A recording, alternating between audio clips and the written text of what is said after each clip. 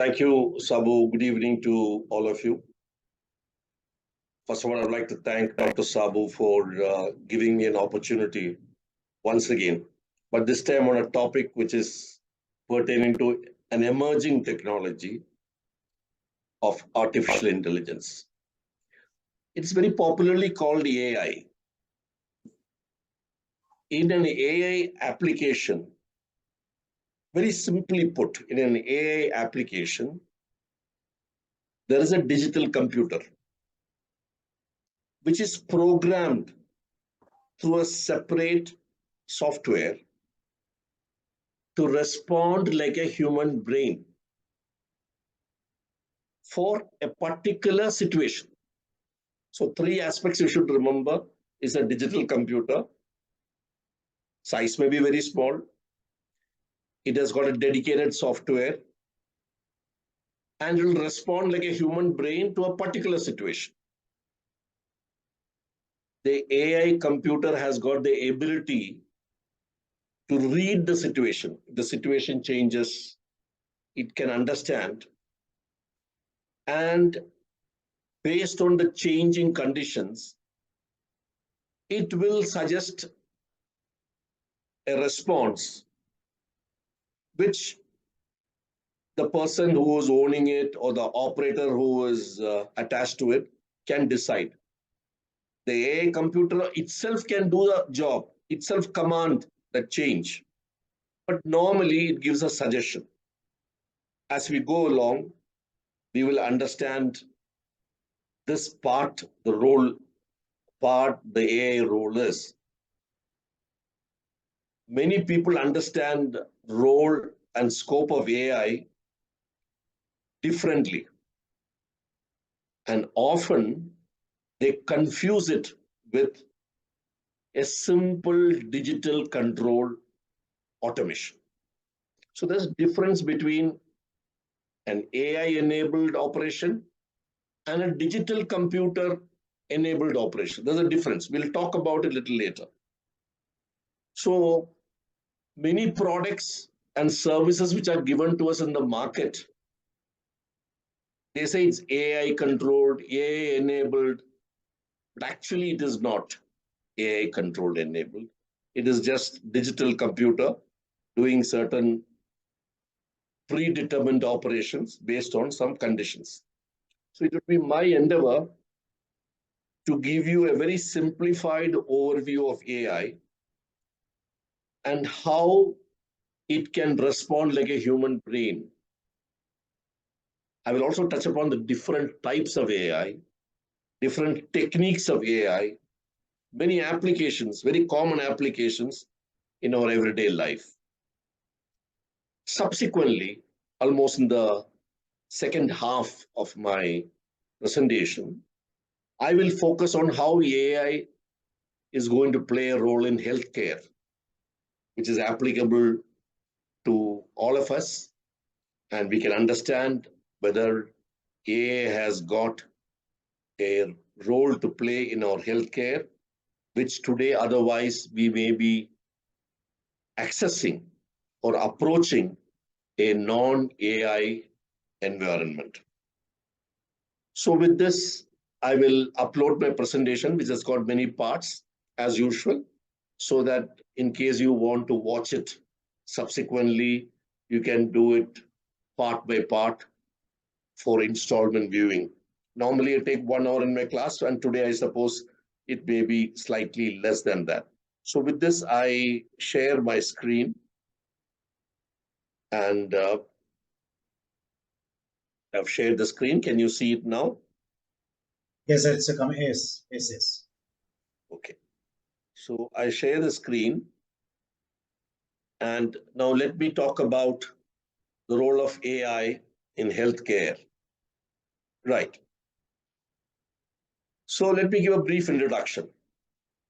Scientists have been working for the last 100 years to make a computer and mimic it for human brain. They've been doing this from 1920 onwards. They have been researching how to do it. And it's only after the digital computers came in late 1940s. An artificial chess player was created in 1951 in UK, if I remember right, the Oxford University. And that computer played chess with a regular chess player, regular chess champion. That was the beginning of today's artificial intelligence. It started in 1951. Then thereafter, for about 40 years, it was very dormant because there were many technological challenges. Everywhere you can't carry a computer and say there's AI in this, it will do the job or it will suggest solutions. So this picked up actually after electronic hardware became very small, like IC chips started coming. So when the chips started coming and when memory capacity could be increased in small computers made with chips, AI started picking up. So Industry 4.0 applications, as well as this advent of ICs, became major thrust for AI to pick up after 21st century.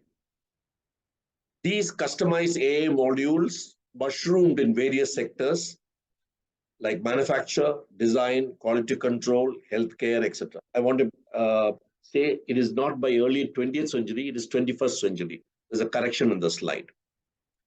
Today, AI commands nearly $90 billion market world over and is expected to grow to 300 billion by 2030. AI offers you speed, accuracy, versatility, and even cost savings. And this is attracting many economic activities to take the AI route, essentially to reduce load and fatigue on the human brain, which will happen when it takes repeatedly the same job. So the human brain has the speed, but it cannot work for many hours continuously, especially with the repetitive jobs, without having a fatigue. So AI is a solution for that.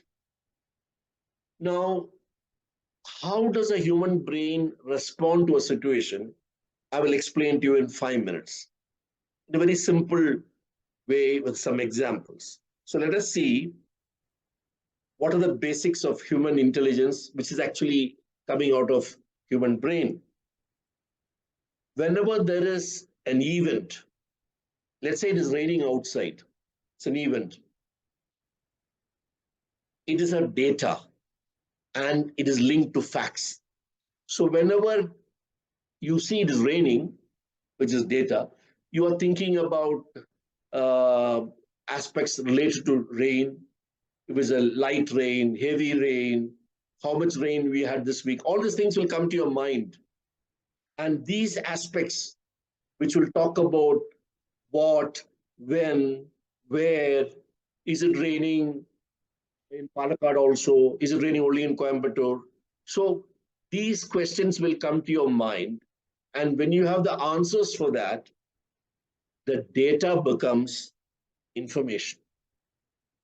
So data, which was only facts, now became information when you had additional inputs like who, what, when, where about that particular event. And then it becomes a content in that information. This is what happens in your brain. When you see an event, all this thing come to your mind automatically. And if you want to go further beyond information, so the knowledge which is residing in your brain, it gets triggered when a particular event occurs. And thereafter, the issue comes. You may not have knowledge on every aspect. You will have more knowledge on some pet topic of yours and relatively less knowledge on other aspects. So when you have knowledge residing in your brain, and it happens for many, many years like this, then it comes to wisdom. It is insight.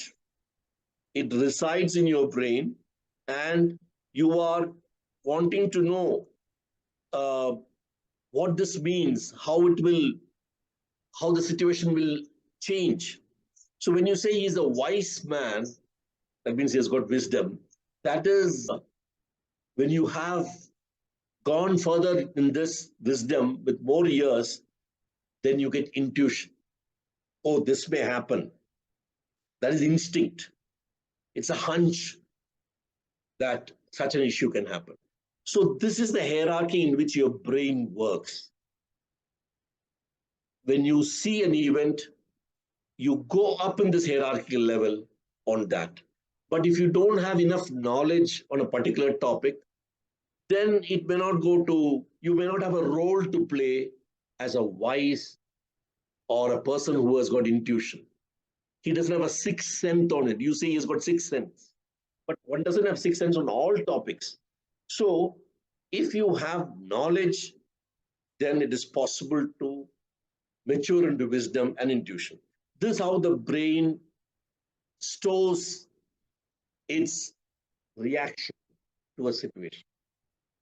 Now, I have not talked about intelligence so far.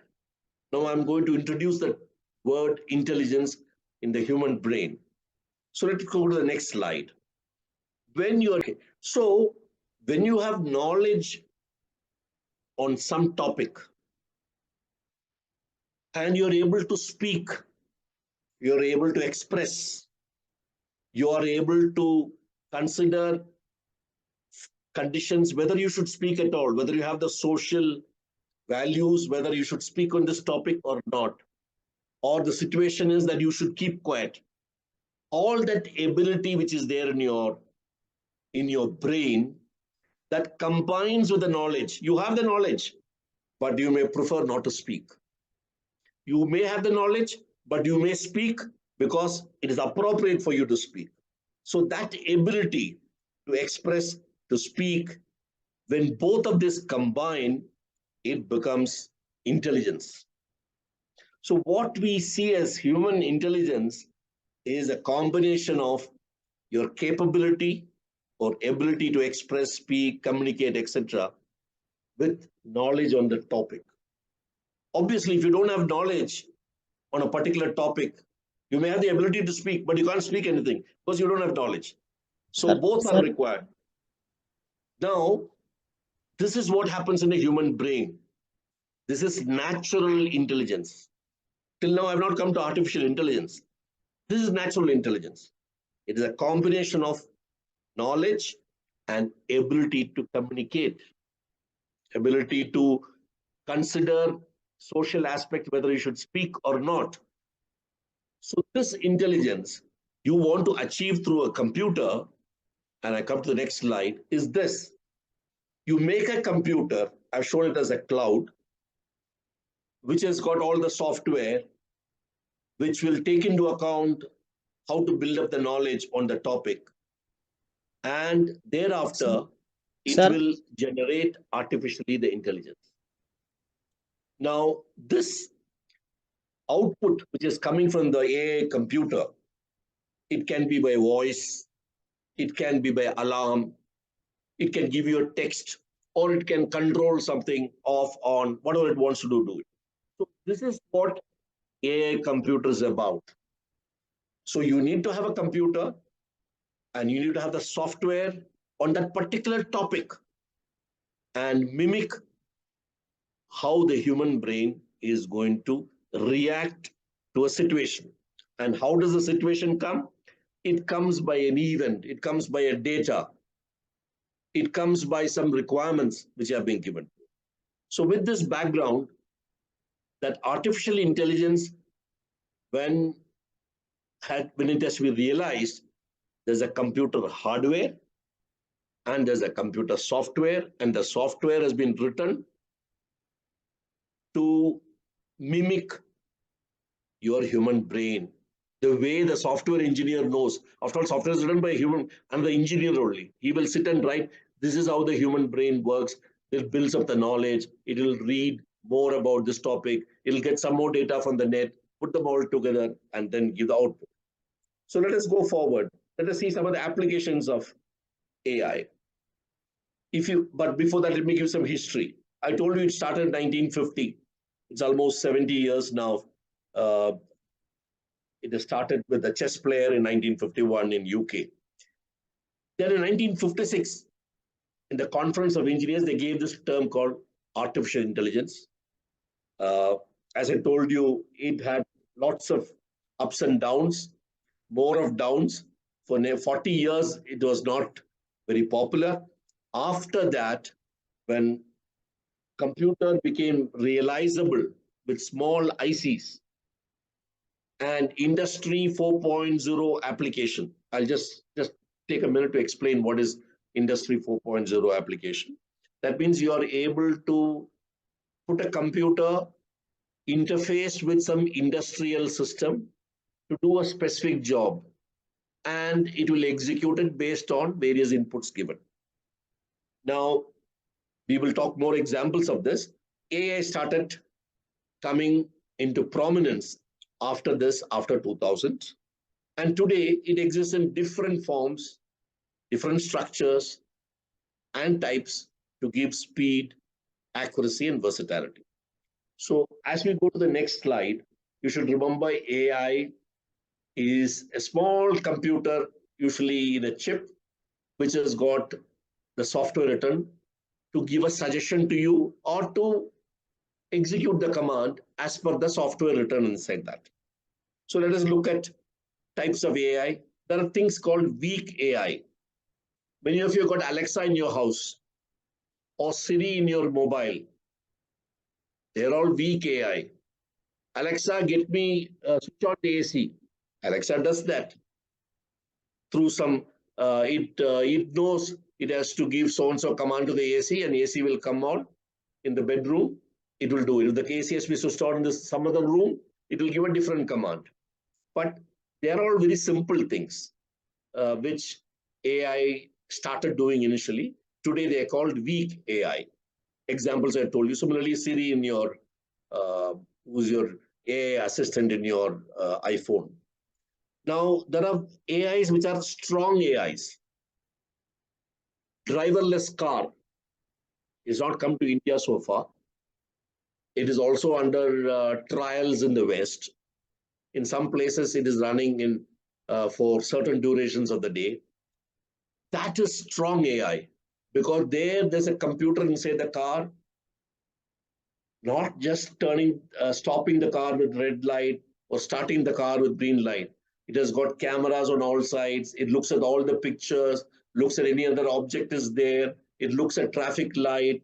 It plays the horn when it is required to alert somebody, a pedestrian or another person who's traveling.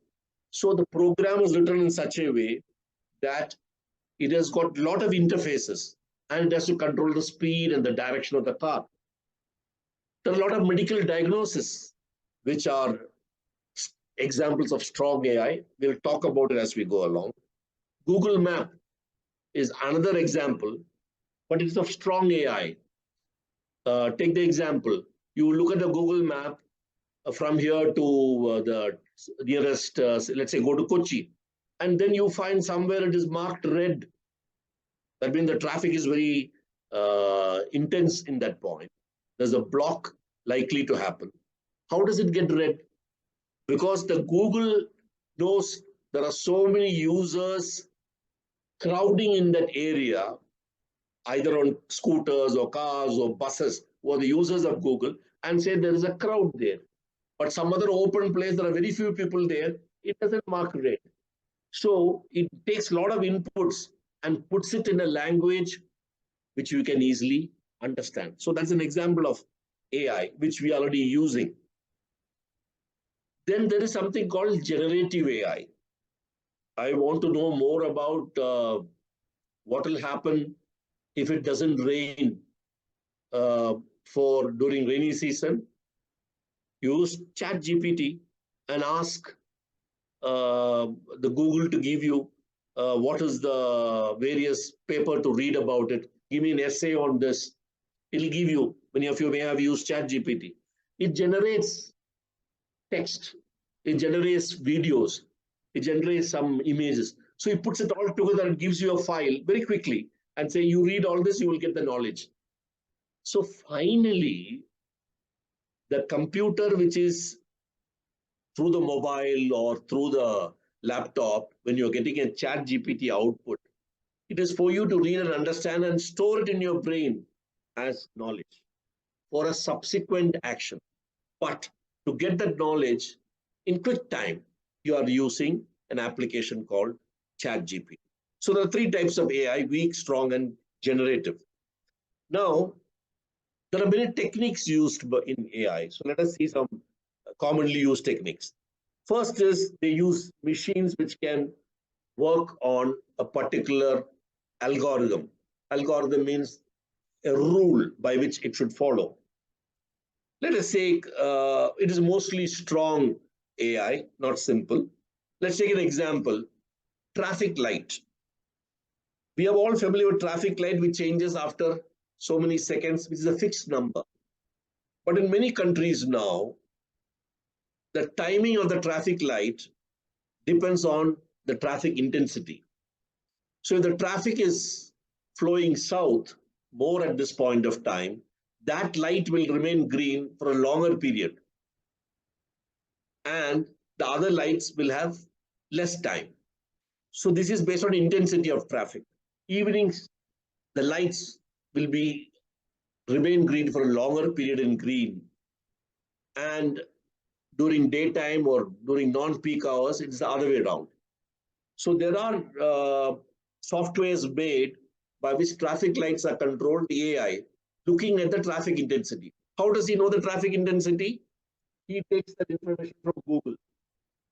Google tells you there are so many people in the road waiting to start for the traffic light once it becomes green, and they're all in this road because of they all are using Google. So they are able to, he's able to give an idea of how many people are in the line. The same technique is being used for many of the bank dealings. Fraudulent bank dealings have been detected using AI based on repetitive transactions happening between two particular accounts. It's very easy for the computer to track. Or one particular account is having a lot of transactions being done, small amount, to keep it below certain qualifying amount so that it doesn't get detected the normal way. But the computer can detect it. Many transactions are taking place. And this way they have been able to detect some fraudulence. So you design the software in the computer, and that computer is detecting it. And it can adapt itself. Let's say there are many transactions taking place, and it knows it is a genuine customer because of many other factors. So it's okay, disregard this. The computer automatically will disregard that particular case. So it's an adaptive rule or adaptive algorithm which the machine follows. That's why it's machine learning. Now, then there are language processing. Weak AI example. You tell Alexa, give me a song sung by Mohammed Rafi. What does Alexa do? It goes to YouTube, types it out there, Mohammed Rafi, and if you say a particular film, it will put the film name also, and then it will select out of 4 songs which are there. It may ask you also, otherwise it will play the first one, which it comes its way. This is a very weak example where it recognizes your voice. It understands what you're asking. Not only voice, the meaning of what you're asking. Get me a song by Mohammed Rafi, it understands and then plays it. But there are strong AIs also in language processing. I'll give an example. This is regarding, let's say, your Gmail. You get Gmail, and many mail which you receive, you don't read. You don't even open. You look at the address and delete. And you start deleting it because you know you're not interested in that mail. But the Google understands Hariharan doesn't want this mail, which is coming from some share broker. He's not interested. So a mail comes, he routinely deletes it. He has observed this. The Google computer has observed that Hariharan is shifting this mail from inbox to delete folder. So what does he do? After seeing this for a few days or a couple of weeks, he automatically puts in spam folder. He knows you're not interested, he puts in spam folder. This is generated by the Google computer based on a pattern, your behavior pattern. And it observes that, makes it a rule for it, and that is an intelligence which has come out of your action, and the computer follows. So this is an example. This is a technique used by computers in AI. Then there are neural networks. That means you produce a computer algorithm, a computer software, which is complex inputs are combined together in time, and then decisions are taken. Driverless car. Camera on the left says there is some object. Camera on the right says there is an object. Apply brake. Car is stopped. So this requires multiple inputs to be considered at the same time, and a decision taken by the car which doesn't have a driver. So this is another example of AI where it is using neural network. Facial recognition. It is there in many important offices now. You go there, it sees your face and allows you to go past the door. Same thing is there in your mobile. Your face is recognized, and then only it allows you to open the mobile, unlock the mobile. So this is another form of AI which we are using these days. Is also used in medical diagnosis. So that we are going to discuss the second part of this presentation. Then there is robotics. Machines which will do what you want it to do. There are also examples of weak and strong. Weak, you got a robot to clean your house. That's a very simple application.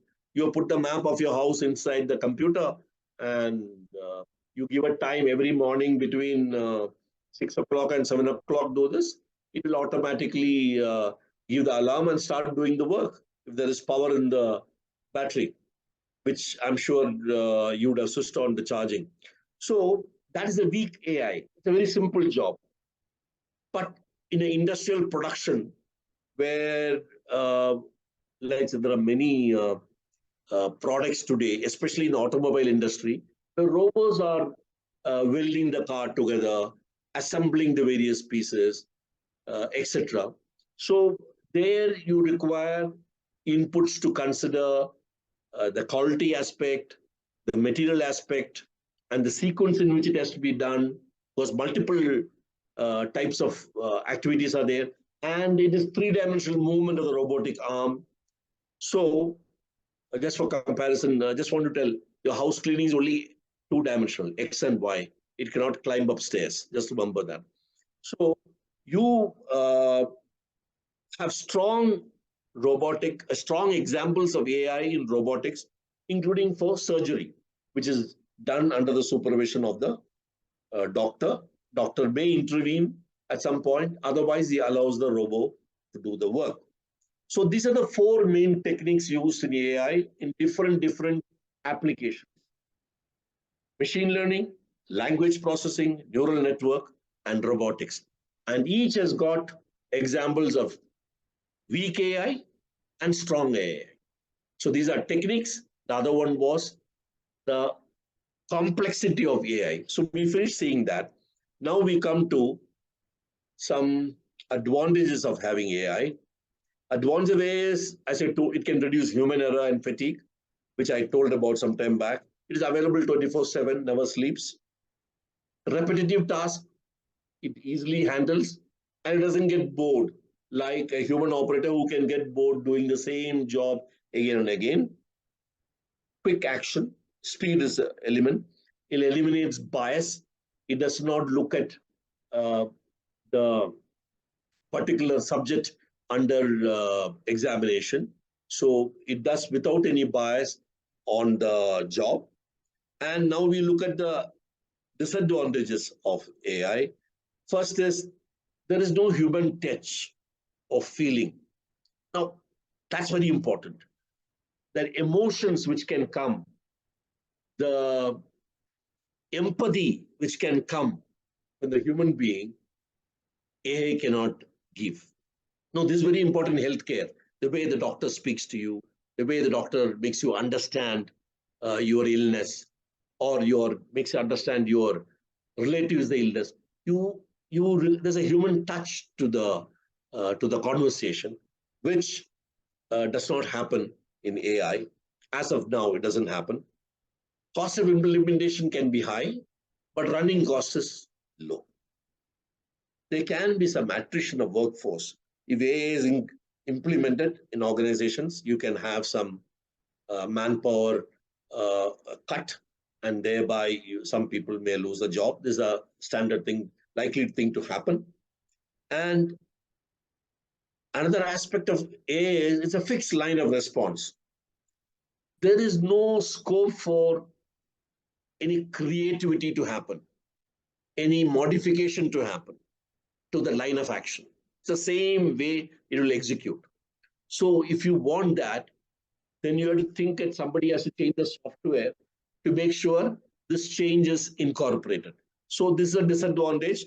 Creativity does not get included as and when the human operator knows about it. There's also a feeling that people become overly reliant and leave it to the AI to give a suggestion or decision to do it, which in fact takes away initiative away from the operators, takes away the initiative from the team members. So this is a disadvantage, and it can have some issues on safety as well as productivity. Data privacy is a concern. Because a lot of data, your personal data, or your personal behavioral pattern, or your requirements which you want to do, your work routine, all these aspects are in the computer which is doing the AI. And if that is read through some cyber attack, then you will lose some of your personal data. So that threat is there. I don't think it will happen, but one has to be wary about that. Data privacy is a concern in AI. Extending it further, it can harm public safety if you leave defense applications only through AI. That means, let us say you saw the AI, the radar sensed there is a drone coming towards at you, and you put it through AI, and the AI says open gunfire, and the gun start firing, which may be correct action, but it can also be that the information which was coming into the AI was not reliable, not 100% correct. So there is an overlay required of confirmation by a human operator. So in defense applications, people have not been recommending AI, free hand for AI, they have not been recommending. They said, let the AI be there, let it give its suggestion, but the operator takes a final decision. There are some more applications coming this way. As we go along, we'll talk. That means AI is in an advisory role and not an executive role, right? Just remember that. In fact, this aspect of AI was discussed in the first global summit on AI safety held in 2023 in UK. Because even in industrial applications, if you leave the manufacturing process in the factory to the AI controlled computer, you may find that the human overlay was missing, and there could be some aspects of safety which are violated. So a recommendation is where there are heavy machinery, where there are armament, where there are drastic change of application, AI should be only in advisory role and not an executive role. This is a conclusion which the AI Summit had come to in 2023. So with this, I go now to the applications in AI which we come across in our life very briefly. As I told you earlier, it can conserve energy and it can be used in applications for straightforward, but that's an example of weak AI. It can be used in maintenance, logistics. I told you about house cleaning, similarly office cleaning, and similarly in various other logistic operations which are in the office. But they're all well entered in the software and it does as per those routines. So these are weak applications away. Now let us just quickly touch upon some strong AI applications which have come in our life. Finance and banking. For better security and protection against fraud, I talked about it. That's a strong AI which has already been used by many banks in our country. Driverless car. Agriculture. For higher yields and crop protection. A lot of aspects. How much medicine should I put? The humidity is like this, the temperature is like this, wind pattern is like this. So can I spray the medicine now, or how much should I spray, in which area I should spray? All those things are for crop protection, are controlled by the computer. Similarly, for regarding water which has to be given through, maybe through drip irrigation, and how to get better yields using a computer. So it is already started coming in. It's called smart agriculture. It's already there in many places. Social media also uses for advertisements based on demographic targets. All the advertisements which you see in Facebook and YouTube, etc., are looking at where you are from, what is the language you prefer, and what is your type of entertainment you want to have. Those advertisements will come to you. Those related pictures and references will come to you in social media. That's being done through AI. It can be used for education. It's essentially for monitoring progress of a large number of students and then compiling data. There isn't much of an example of it is only for data analysis and comparison of data. Chatbots you must have used in many server when you have interface. The customer satisfaction is a big objective which is achieved through chatbots.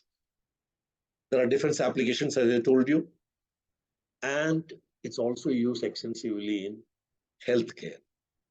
That is a topic which we're going to now. We're going to talk about how much AI has come into healthcare for you and me, how it is available to us, or how much our doctor can use AI, and where he is feeling comfortable with AI as his assistant, AI as an advisor, or AI as a substitute. It can be in any form. So let us look at all these aspects in our next part and the final part, that is AI in healthcare. So I have broken down the healthcare process into 4 stages. It can be more stages if you want, but I have made 4 stages. The first stage is diagnosis. That means you go to a doctor. Doctor looks at your illness problem. Once the diagnosis is over, then treatment. That's a second phase, second stage. The third is the records which are created. It can be a lab record, it can be a scan, it can be an MRI, it can be ultrasound, whatever it is. Those health records which are created, which are used during diagnosis, but they are stored and kept separately somewhere as health records. And the fourth is what policy you evolve out of this. Because you may find as you diagnose and treat and health records are created, You'll find there are many patients having similar problem, maybe belonging to a particular area, maybe belonging to a particular uh, factory or workplace, and there they're having this problem. So it is possible to examine what is the policy which needs to be adopted to reduce their healthcare issues or the illness issues. So these are 4 stages. So let us expand a little more. Stage 1, diagnose patient, consult doctor, he may do some tests, and he concludes a line of treatment. And he says, okay, you do like this, have this medicine for 10 days, come back to me. This is a diagnosis, very simply I put. It could be much more complicated than this. So what happens, let us go some examples, let us see in AI, in diagnosis. There is something called now Internet of Medical Things, IOMT. Earlier, it was Internet of Things. That means you had certain electronic equipment which will measure a particular aspect, maybe temperature. It'll measure temperature of this room and report through internet to or through a server, report what is the temperature of this room. It will display in the control center. Very useful when you have very big offices, when you have laboratories, when you have cold storage. What is the temperature in cold storage? It is detected and reported to the main control center. It has an idea. It is displayed there. It is not done through hardwaring, but it is done through internet. That's how the term Internet of Things came in IoT, which became very popular in Industry 4.0 applications. Now, Internet of Medical Things have come, and they have hardware which is supplied to the hospitals, which the patient can wear it. It's a wearable. You wear it around your wrist like a watch. It will monitor your pulse. It'll monitor your blood heartbeat, etc., etc. And then it can report by internet to the doctor in his house or to the nurse in the other end of the ward. It can go there. And if it is permitted, maybe your relative can see it from their house. What are your parameters?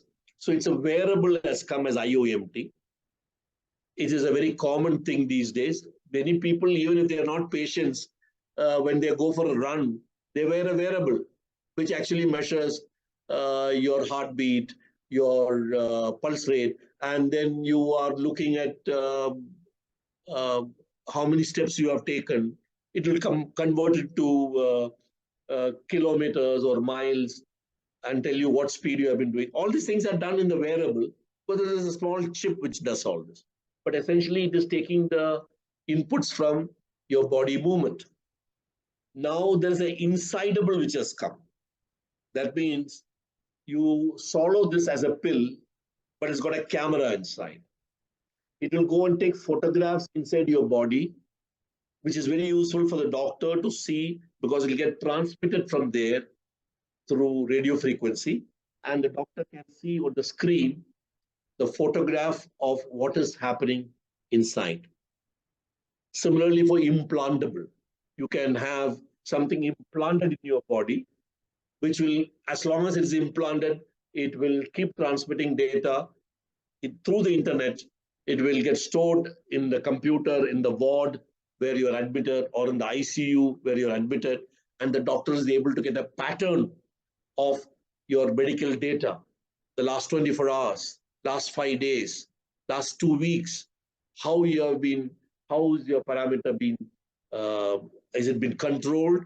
Is it coming under normal conditions, etc. The doctor is able to make note from the pattern of the data which the computer has put up to him as a summary.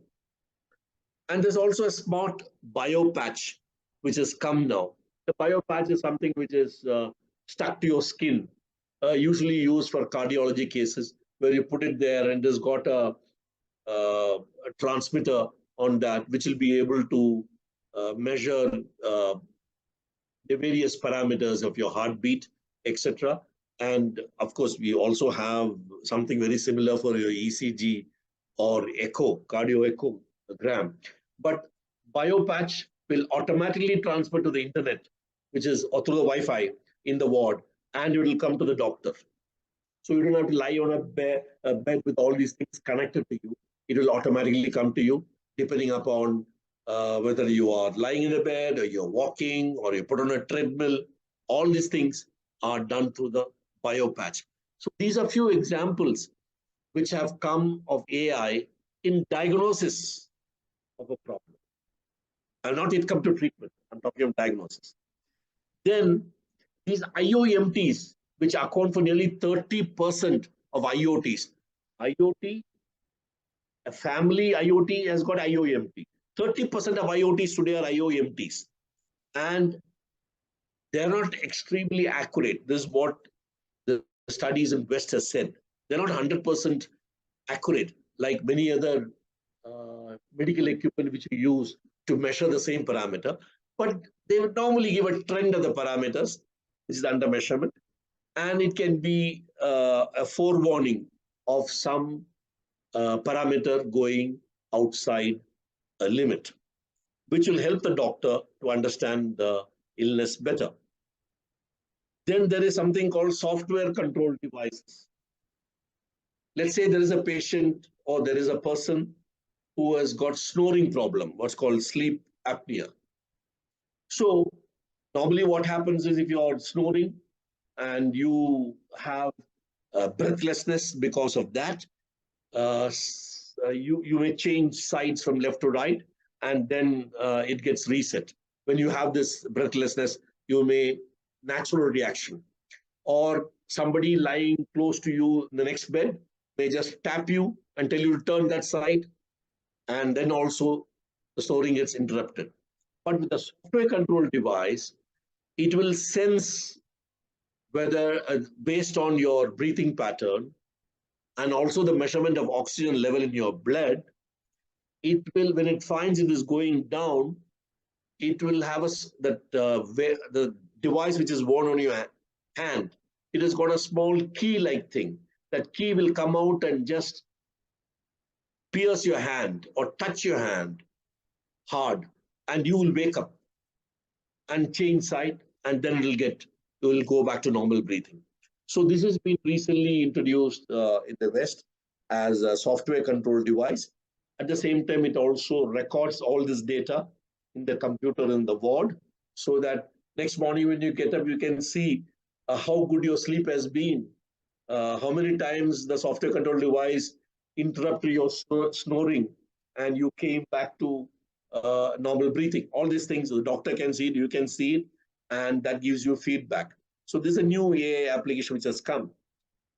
Then there is a great improvement these days in AI on image analysis, be it X-ray, be it ultrasound, be it MRI, be it CAT scan.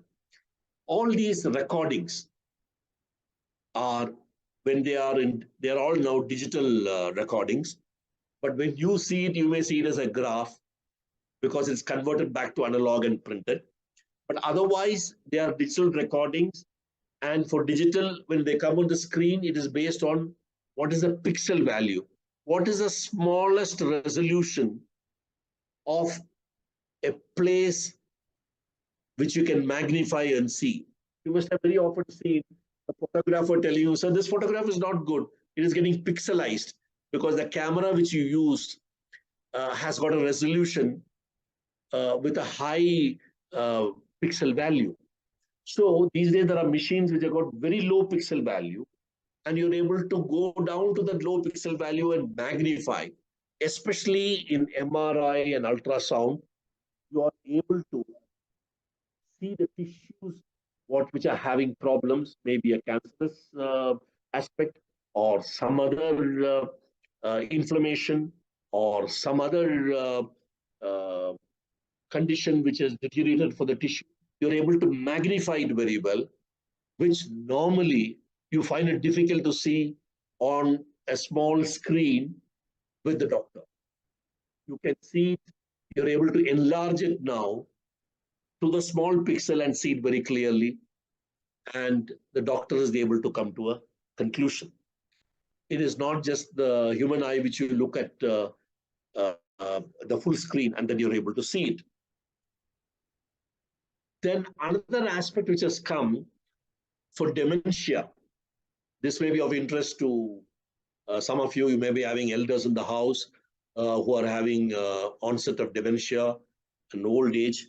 So what researchers found, if the dementia is going to sort of settle into a particular person, the first aspect which will get affected is the speech. It will start showing up in the way the person is able to speak. So what they have is the same text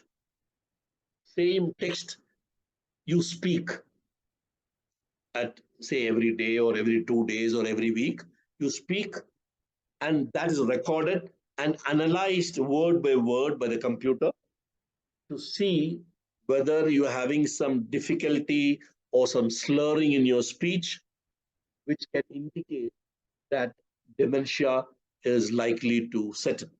So speech analysis by computer using AI is already started happening in many leading hospitals. I'm not sure about India, but it's definitely there in the West.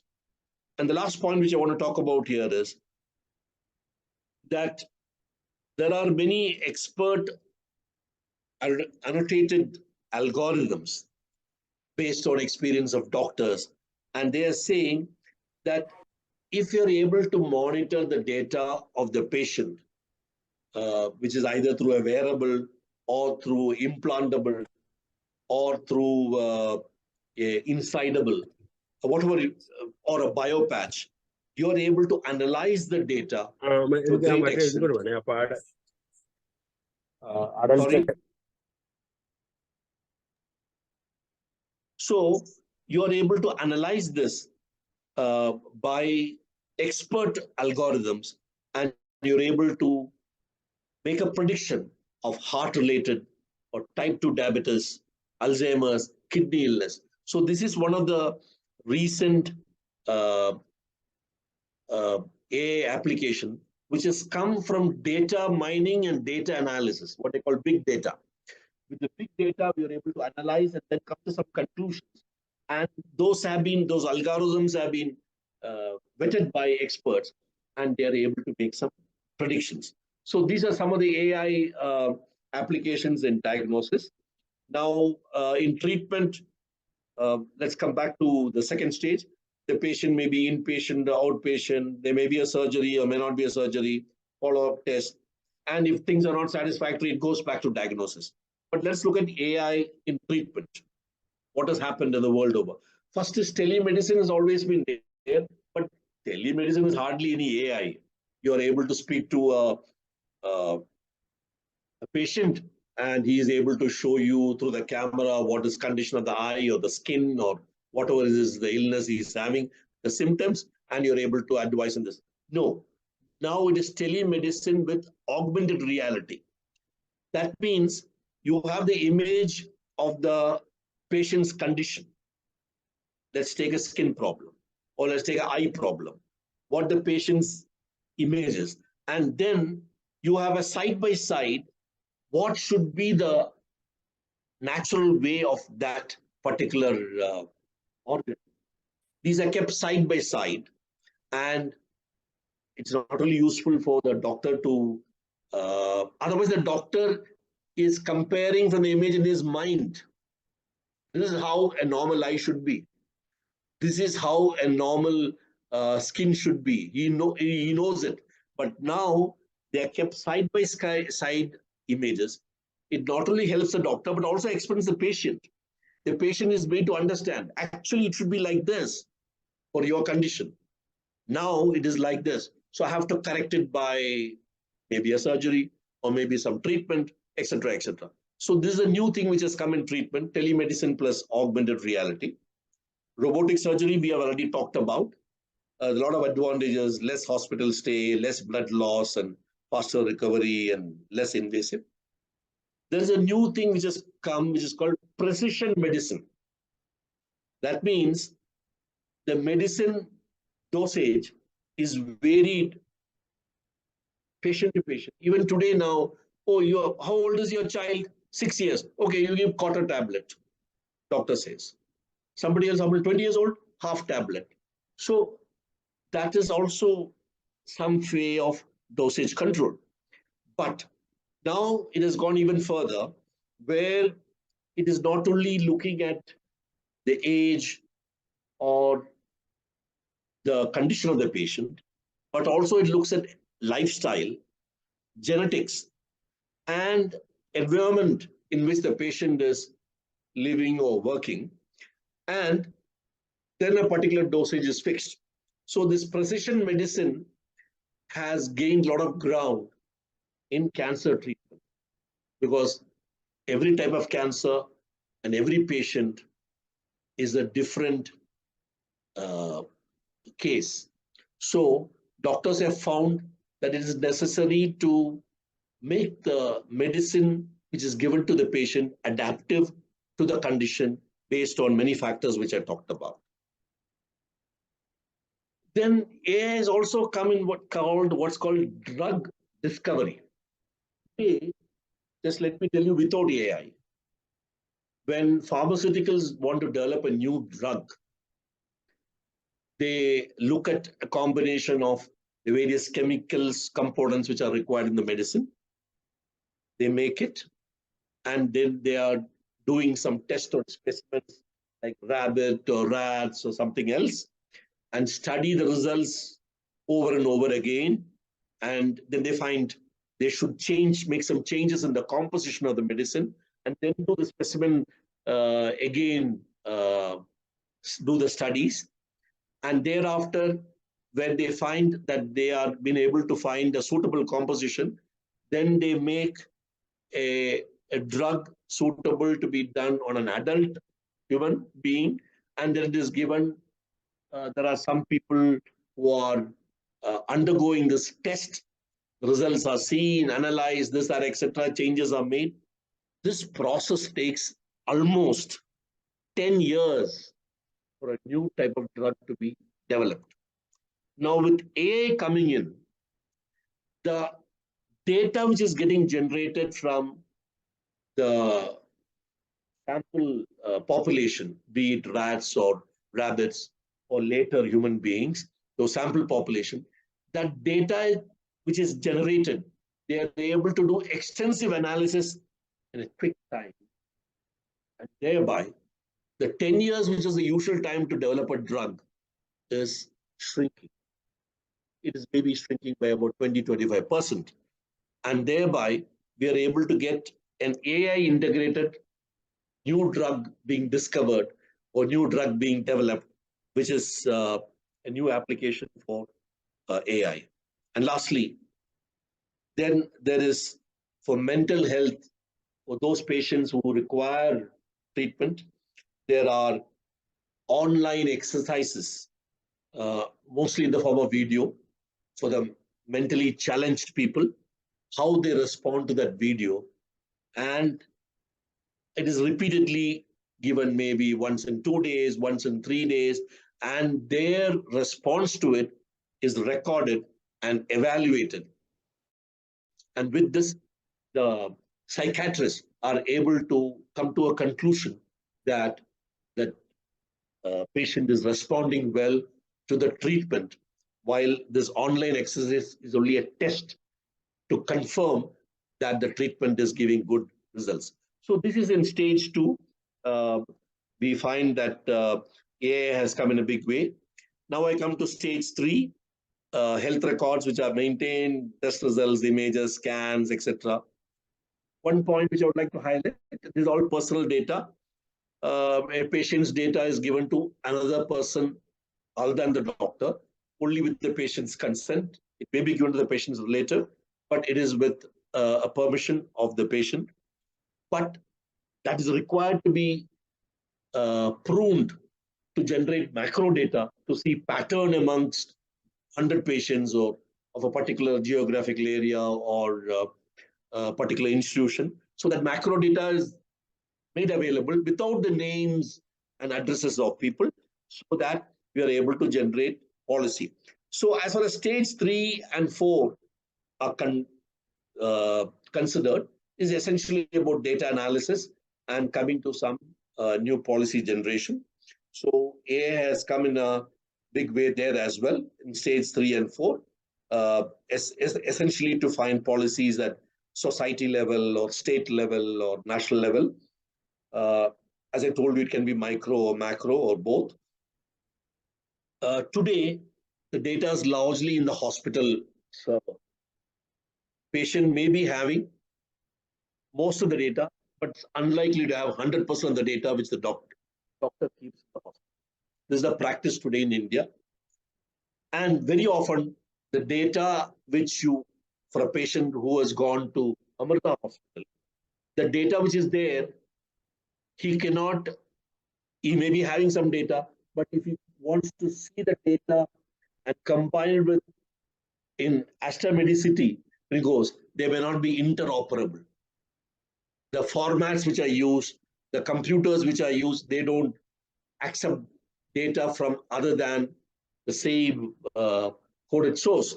So this is a huge problem for citizens. This is being attended to through the National Digital Health Mission. That's another topic. We had covered it earlier. So this practice where data is in silos, in vertical containers, now that needs to be overcome by making sure there are common formats, common codes. Of course, patient's consent has to be taken if his data has to be shared with somebody else. But people should look at how to have this data stored in the cloud-based systems so that it is possible to access the data for the patient when he goes to another doctor. He says, I went to this hospital, they did this, following tests were done, but I'm not able to go there. I've come to you. I want you to see the data, see my tests, and suggest what. Then all the data with the patient's access, the new doctor is able to see it and decide. So this is a big improvement which has come in AI. So we talked about diagnosis, we talked about treatment, we talked about health records and policy, how they can be changed, AI. And definitely in healthcare front, there has been a lot of improvement which has come to the assistance of the doctor. So let us see what is happening in India. Apollo Group has got AI for eye care and heart disease risk. Max Healthcare has got similarly for critical care and they're saying reducing cost per patient because of you don't have a nurse as a person there. You have a smart nurse who will attend to you and then report all the data. So you save some money on that. The patient saves some money. There is a startup in Bangalore called Niramai who has been able to do thermal imaging for breast cancer screening and has been able to come out with solutions which have enabled a lot of young women detect breast cancer, which is quite prevalent amongst uh, middle-aged women, and it is non-invasive tests. There's a startup in Pune called Live Health, which has been able to do transactions of medical records and processing data, etc.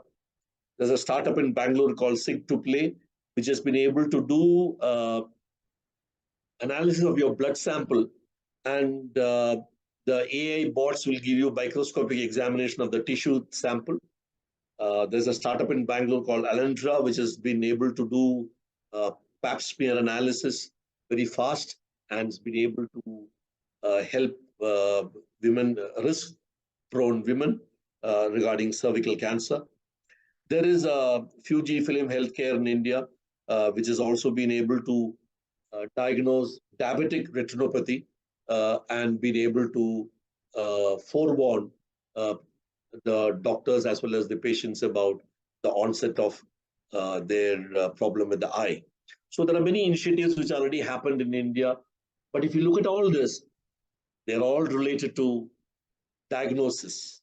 Most of them are related to diagnosis, except serial 4, which pertains to data analysis and policy development.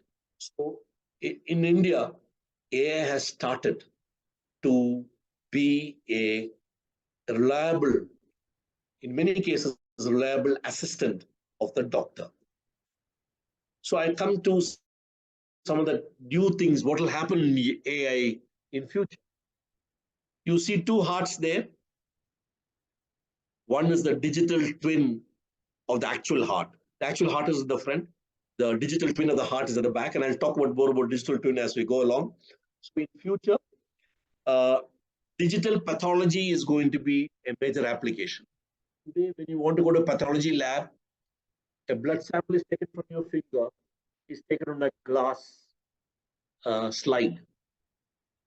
That will continue. Your sample has to be taken on a glass slide. But you put the glass slide into a equipment, which is linked to a computer. The analysis comes on the computer. The entire analysis, which requires some operator to examine scope, etc. All this is done automatically now in the digital pathology application. Immunotherapy for cancer patients is in the offing. In many labs, they've already done some advanced studies, and they find they're able to genetically modify the patient's part of the patient's organ so that it can cooperate with the immune systems and fight the cancer. 3D printing of organ. So organ transplant from cadaver to a patient, of somebody is donating a kidney to another relative, from a live person to another live person. But now you can 3D print the organ based on your patient's size of the organ required, age, and other aspects of the bit. So this is something which has started in laboratories. It has not come into any hospitals so far. They are able to do gene editing technology for disorders like HIV and sickle cell, by which they are able to modify the DNA by certain techniques. It is still in laboratories.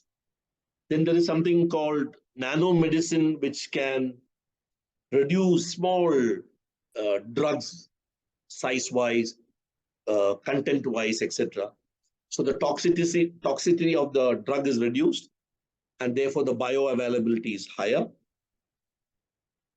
Digital twin has been developed in the computer for a particular patient, where you can do simulation and predictability studies. It is useful for, let us say, heart condition. You're able to make a twin of your heart based on the condition of your heart. And that digital twin heart will work in the computer just like your heart is working while you're in the hospital.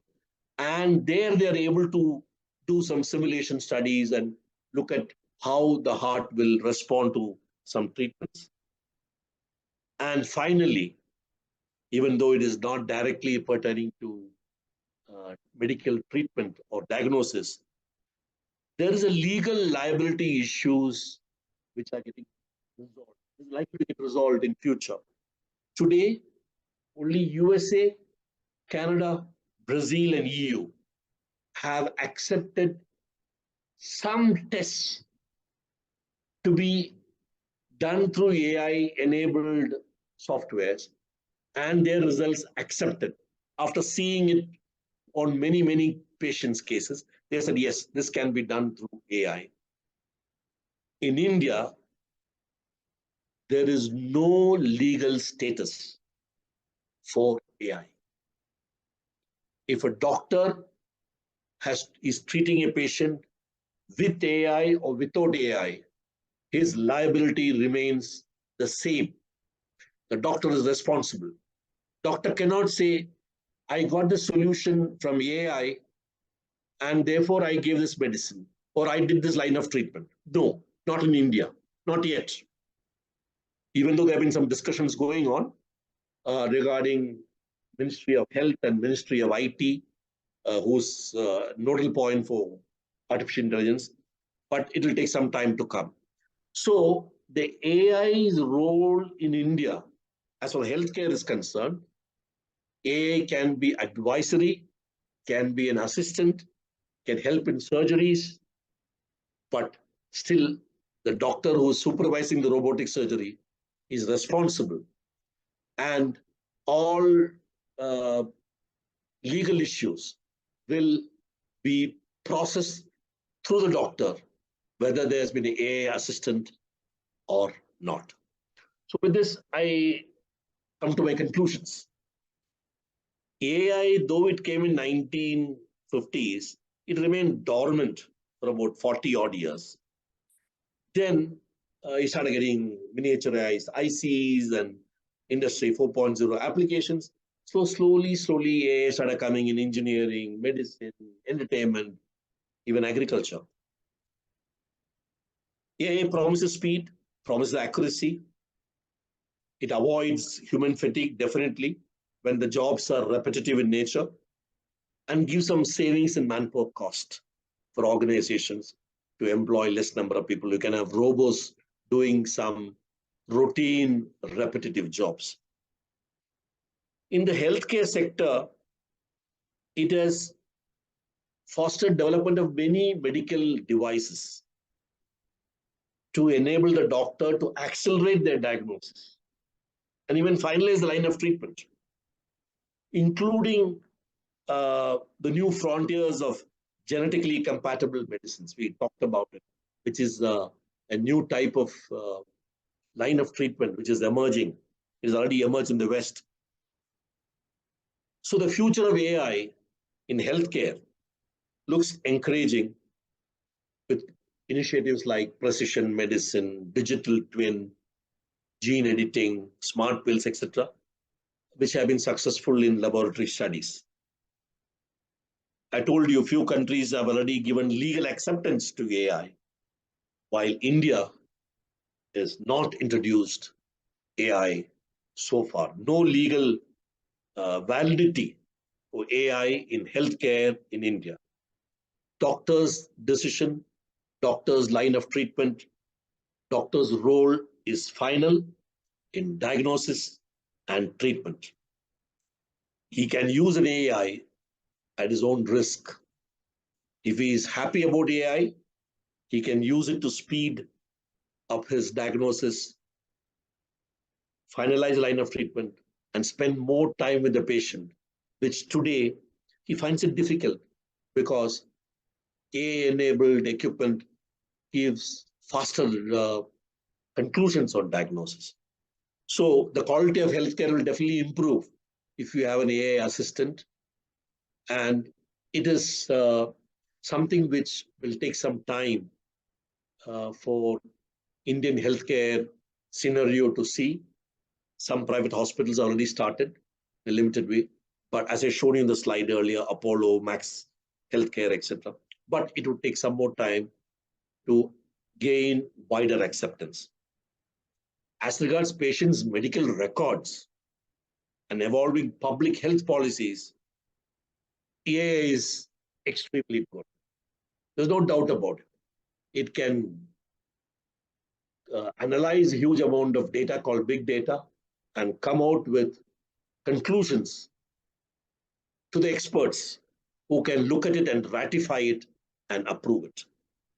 So AI is going to stay in many fields, especially in healthcare.